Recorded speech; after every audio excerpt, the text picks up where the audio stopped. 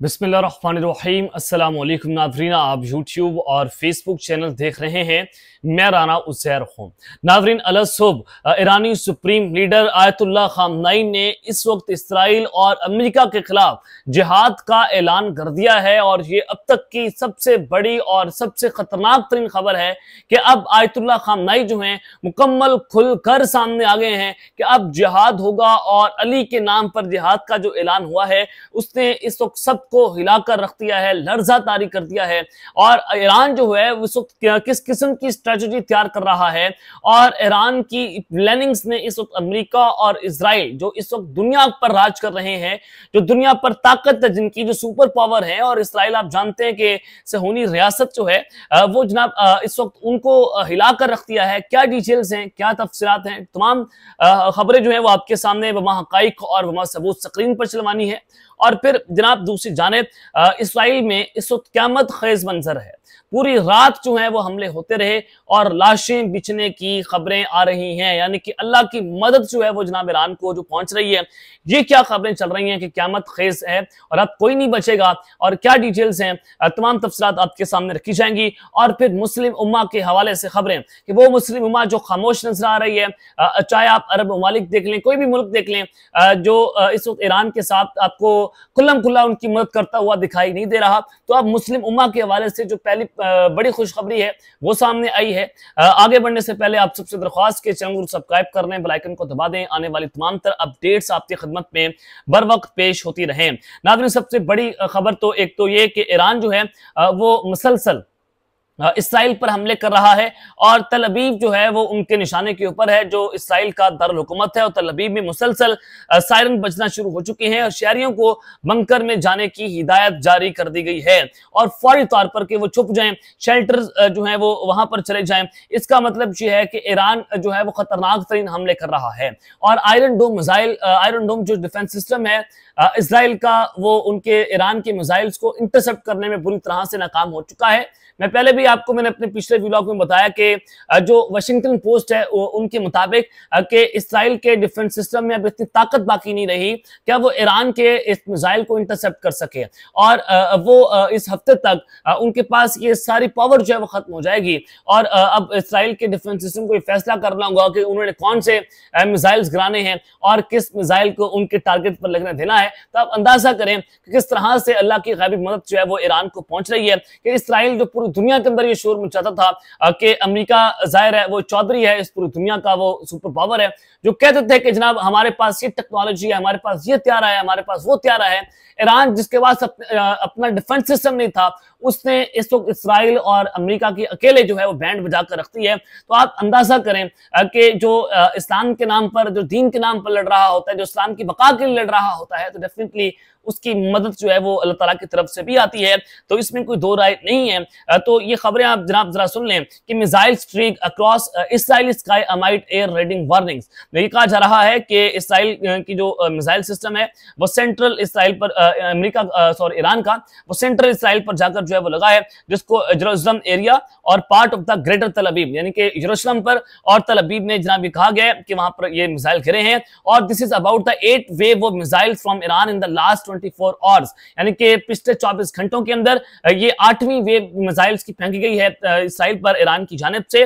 और ईरान से most of the missiles are intercepted, but as we have seen in the last 3 और 4 days सम missiles जो हैं अब बताया जा रहा है कि उन्होंने बड़ा खतरनाक तरीन वहां पर कॉन्सिक्वेंसेस पैदा किए हैं और इसराइल जो है वो अब हमारे मिसाइल इंटरसेप्ट करने में नाकाम होता हुआ दिखाई दे रहा है। और फिर जनाब दूसरी जानिब ये एक और खबर है कि ईरानी missiles wave activates alerts across Israel.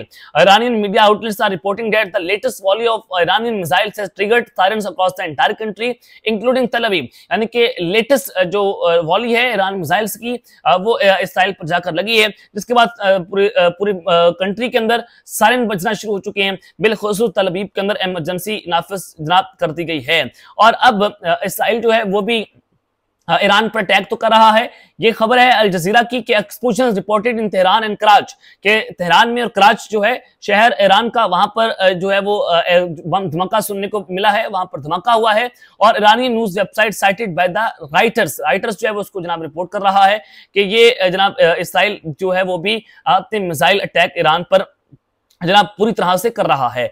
अब ईरान ने इसराइल का F-35 तैयारा जो है वो जनाब मार गिराया और फिर उस पूरी सिचुएशन के अंदर आपने देखा कि उनका एक पायलट जो है वो भी गिरफ्तार हुआ था इसराइल का।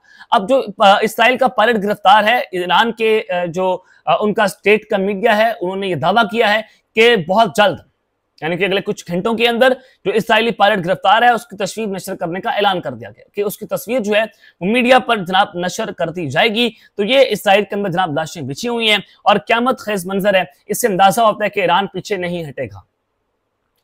तो अब दूसरी जानिब जो ईरान के सुप्रीम लीडर हैं, एक तो उन्होंने जो जंगी हालात के ऊपर जो फैसले करने का इख्तियार है वो पाकिस्तान इनकलाब को दे दिया है और सुप्रीम लीडर जो है ईरान के वो पाकिस्तान इनकलाब के जो है वो हेड भी हैं।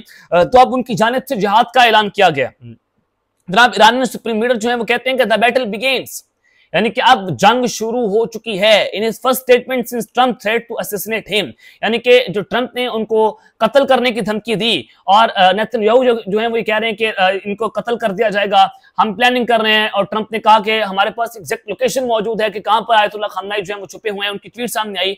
अब आयतुल्लाह खामनाई की जानिब से जो है वो कहा गया है, उनके ट्विटर अकाउंट पर लिखा गया है कि in the name of the noble Haider, यानी कि हैदर जो है उनका अल्टरनेट नेम है अली का। और आप जानते हैं कि जो अली हैदर हैं वो बहादुरी के हवाले से बहुत ही ज्यादा जंग के अंदर हजरत अली जो हैं वो उनका बड़ा एक नाम था, जिस तरह से उन्होंने जंग में कामयाबियां हासिल की। तो उन्होंने कहा कि हम उस अली के नाम पर अब जंग शुरू करने जा रहे हैं। और ये हजरत अली जो है वो चौथे खलीफा हैं मुसलमानों के। तो आप अंदाजा करें कि आयतुल्लाह खामनाई की जानिब से जो अब ऐलान किया गया है कि हम अली के नाम पर जंग शुरू करने जा रहे हैं और जंग शुरू हो चुकी है, इसका मतलब यह है कि अब खून हो कुछ भी हो, उन्होंने कहा कि कोई सरेंडर नहीं होगा।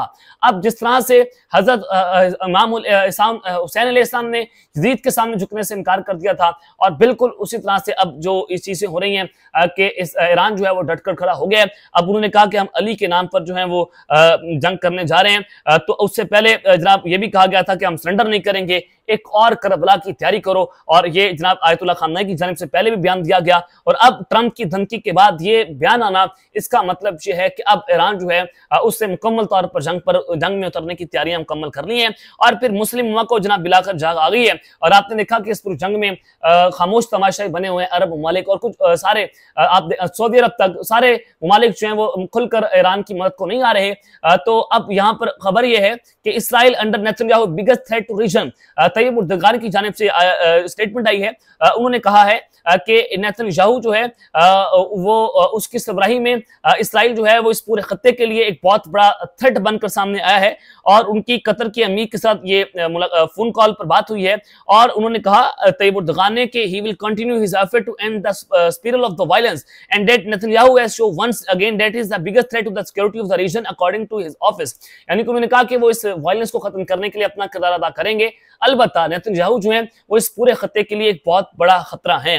ये जनाब तैयब उर्दगान की जानिब से स्टेटमेंट जो है वो आ रही हैं। स्टेटमेंट की हद तक तो मामला ठीक है, लेकिन आप यहां से अंदाजा करें कि कोई भी इस्लामी मुल्क जो है वो ईरान की मदद को नहीं आ रहा। लेकिन आप यहां पर बात मत भूलिएगा कि पाकिस्तान जो है, चले बहुत सारी चीजें जो हैं वो नहीं बताई जाती। मैं खबर आपको दे रहा हूं कि पाकिस्तान जो जिस लेवल पर जाकर ईरान की मदद कर रहा है, आप उसका जो है वो अंदाजा भी नहीं लगा सकते। और इसी वजह से ईरान की पार्लियामेंट में पाकिस्तान जिंदाबाद के नारे लगे हैं। तो ये बड़ा मीनिंगफुल चीज है कि वहां पर पाकिस्तान के जिंदाबाद के नारे लगना।